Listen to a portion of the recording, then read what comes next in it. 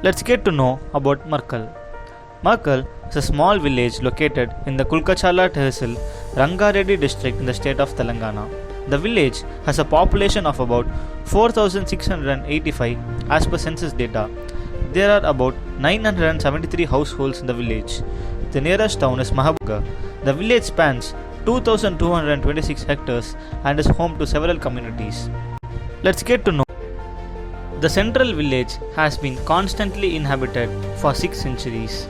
The various communities in the village have now started development pockets of their own. These pockets have sprung up surrounding the central village.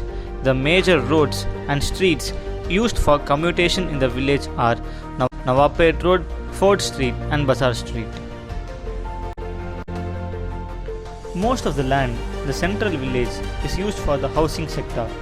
Commercial establishments are found along Bazaar Street. The public places in the village comprise a few temples and mosques.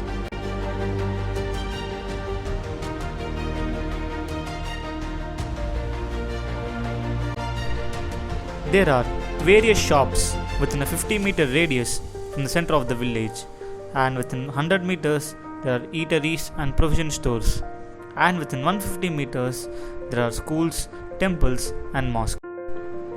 The male population of the village is 2,379, whereas the female population is 2,306. There are about 969 females per 1,000 males. There are 948 girls per 1,000 boys under the age of 6 in the village. Out of the total population, 2,330 people in Markal are literate. Among them, 1,429 are male and 901 are female. The total literacy rate of Markal is 57.01%. Male literacy stands at 68.97% and female literacy at 44.71%. Out of the total population, 82.51% belong to the general and backward communities, while 15.38% of people belong to the scheduled castes and 2.11% of people belong to the scheduled tribes. The total working population of Markal is 2,379, which are either main or marginal workers. Out of the total workers in the village, 1,227 are male and 1,152 are female. Total main workers are 1,875, out of which there are 1,032 females and 843 males. There are about 504 marginal workers in the village. Various government schemes like T-Fiber and Sakshar Bharat program have been implemented for the welfare of the people in the village. The village of Markal experiences a dry composite climate. For the major part of the year, from June to October, the climate is very comfortable. Heating is required in December and January, and cooling is required in April and May. The mornings are pleasant throughout the year, and the temperature increases sharply during the afternoons. The air temperature in May reaches a mean maximum of 38 degrees Celsius and mean minimum of 27 degrees Celsius.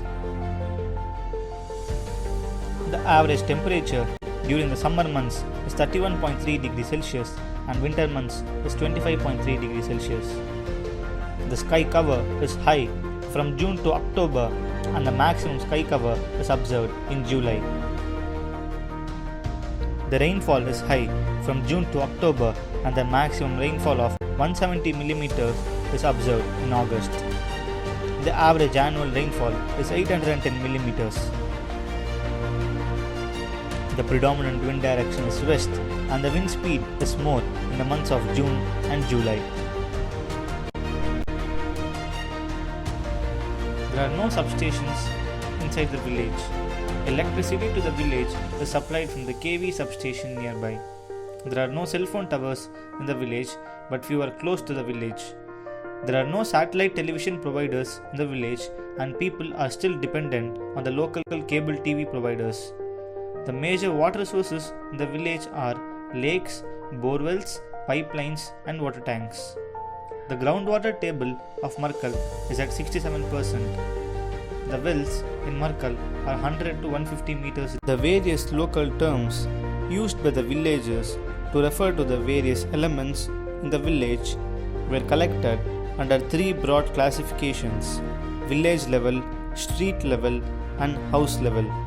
Under the village level classification, the major terms are Gramam or Palleturu, which is used to refer to the village, Polamu, which is used to refer to the farmland, and Atastalam, which means the playground. Under the street level classification, the major terms are Gudi, which means a temple, Vidi, which means street or lanes, Angadi or Dukanam, which means shops. Under the house level classification, the major terms are Anganam, which means a courtyard, Vantagadi, kitchen, Samandagadi, the storeroom, Patakagadi, the bedroom, Snanapugadi, the bathroom, and Pasulashala. The imageability of the settlement plays a crucial role in how the village is remembered. Along with the actual settlement, unique elements like paths, edges, nodes, landmarks, and districts also contribute a lot in recognizing the settlement. The paths and roads that help in recognizing the village of Markal are Bazar Street, Fort Street, and Nawapet Road. The important landmarks in the village are the historic ruins, temples, mosques, the school, and the bus stand. The various districts in the village have been segregated according to the communities that live in the area. The Brahmin and the Reddy community are found near the fort ruins, and the Gomati community, who are traders by profession, are found along the Bazar Street. Dynamic to static sketching exercise helped us understand the villages and their livelihood. We started the exercise by surfing YouTube and finding videos of Markal. The frames of the video were frozen by taking screenshots, and we converted the dynamic video to static photos. The next step was bringing out the essence of the village by sketching the static photos. This helped us immensely in picturizing the village.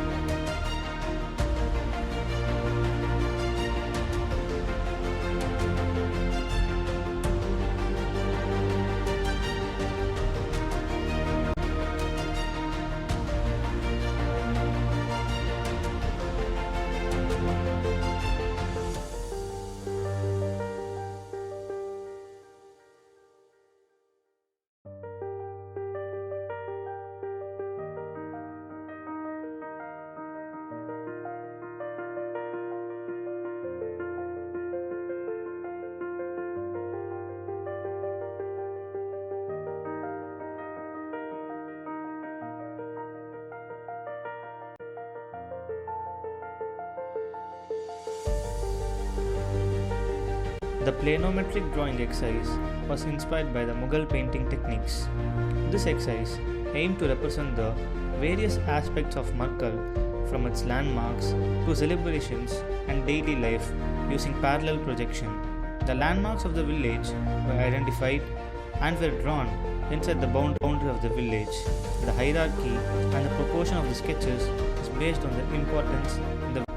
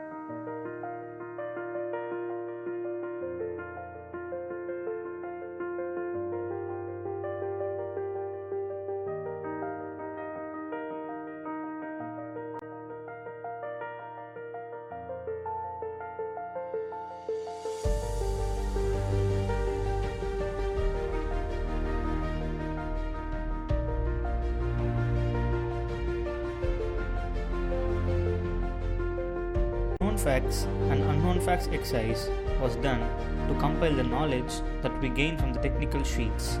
The building components of the houses were analyzed and represented. The approachability and permeability of buildings were analyzed and the public, semi-public, private and semi-private spaces in the houses were identified. The climatic interventions in the houses and their effectiveness were also analyzed.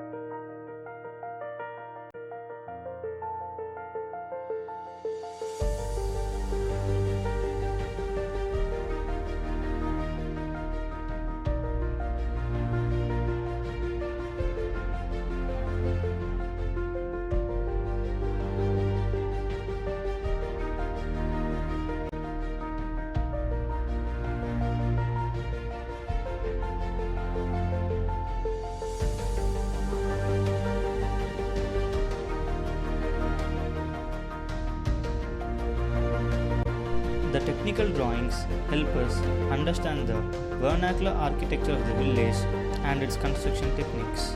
The different typologies of houses in the village were identified and analyzed. The construction details of walls, doors, roofs, and floor have been drafted to scale.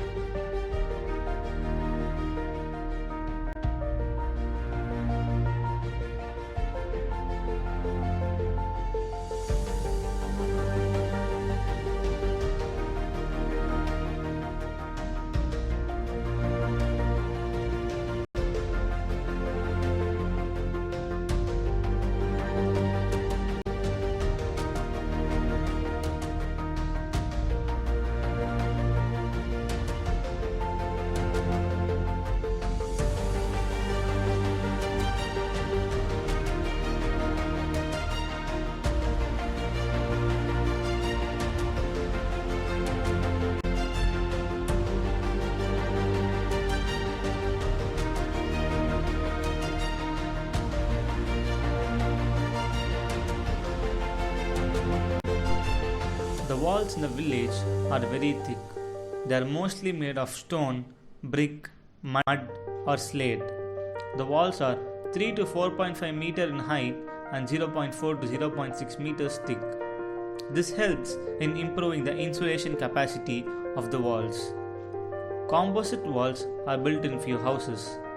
Brick wall with mud plaster is the most predominant type of wall built here. The floors in Markal are made of mud as it is the most easily available material. The other materials that are used for floors are stone and brick. Roofs in Markal are predominantly sloped. Local materials like clay tiles and mud are used in building the roofs. The windows are either very small or absent in the houses. The height of the windows is 0.6 meters. The doors in the village are made of locally available timber. The doors in the village are 2 to 2.5 meters in height.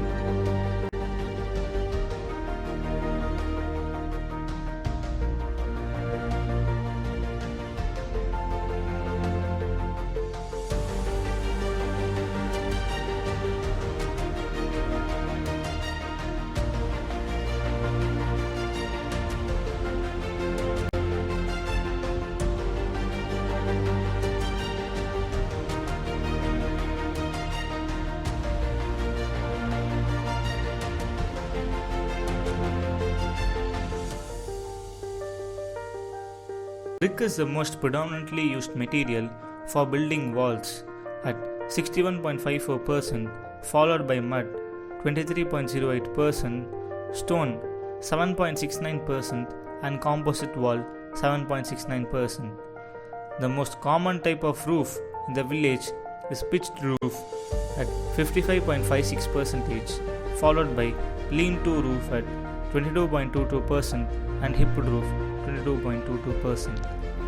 Mud flooring at 60% is the most common flooring in the village, followed by the spatial analysis of the houses in Markal was done according to the typology of the houses. Weaver's house has two main activities of weaving and storing. Along with producing, selling is also one of the important activities here. The large space in the house is used for selling, and all other spaces in the house are oriented surrounding this central area. Lingayath house, the largest house in the village, makes the best use of plantation and gardening space. Importance has been given for keeping the surroundings aesthetic, and the areas where domestic activities takes place are well shaded. The Lingayath house is also the only house where the bath and toilet space are more and they are enclosed by walls. Single room house predominantly used by the fishermen community has only two rooms. The living room is used as a storeroom and a multifunctional space. The house is elongated and has an enclosed bath. The Brahmin houses have more living area and it opens up to the kitchen and the courtyard. Importance to the living area has been given as most activities take place inside the house. Houses of the communities belong to the economically weaker sections of the society have less built area as most of the activities including cooking takes place outside the house.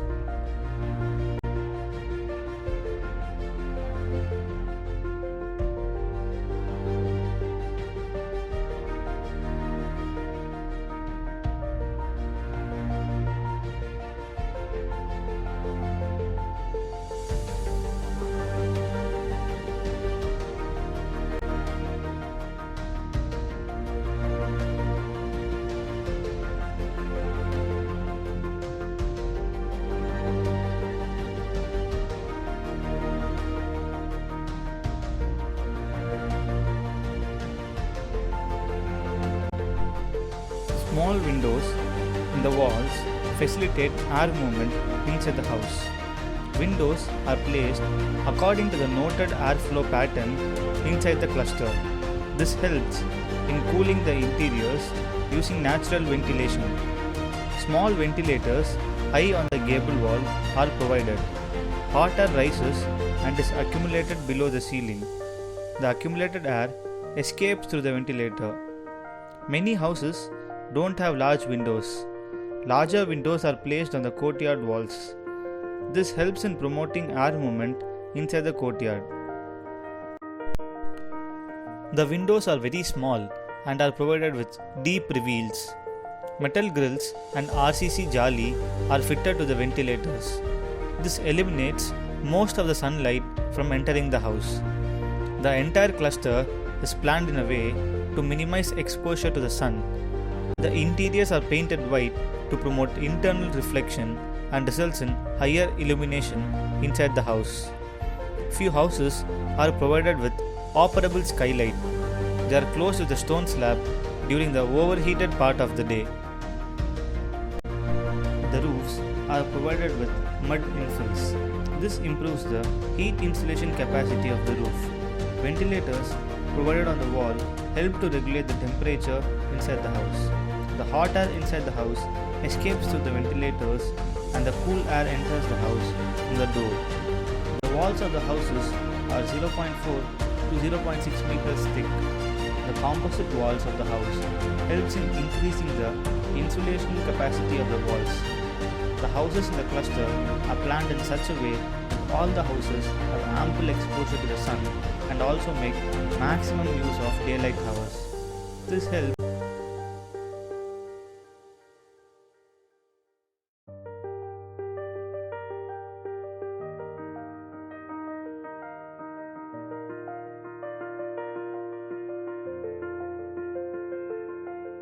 The village site plan is classified under two different topics: the context of the built environment and the landforms and topography.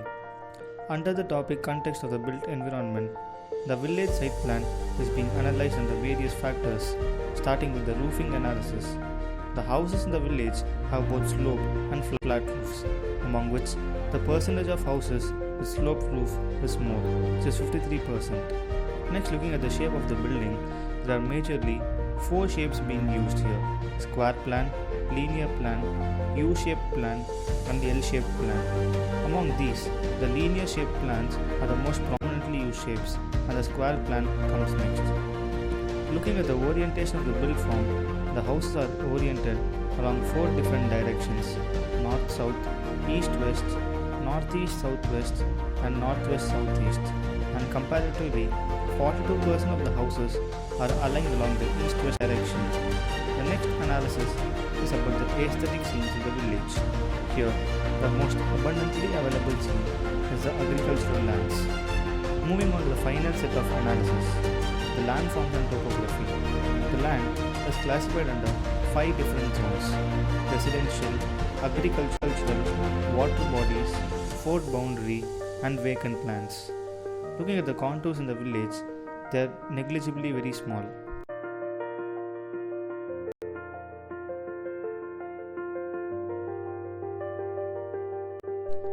Various sites in the village were selected according to their aesthetic scenes and accessibility.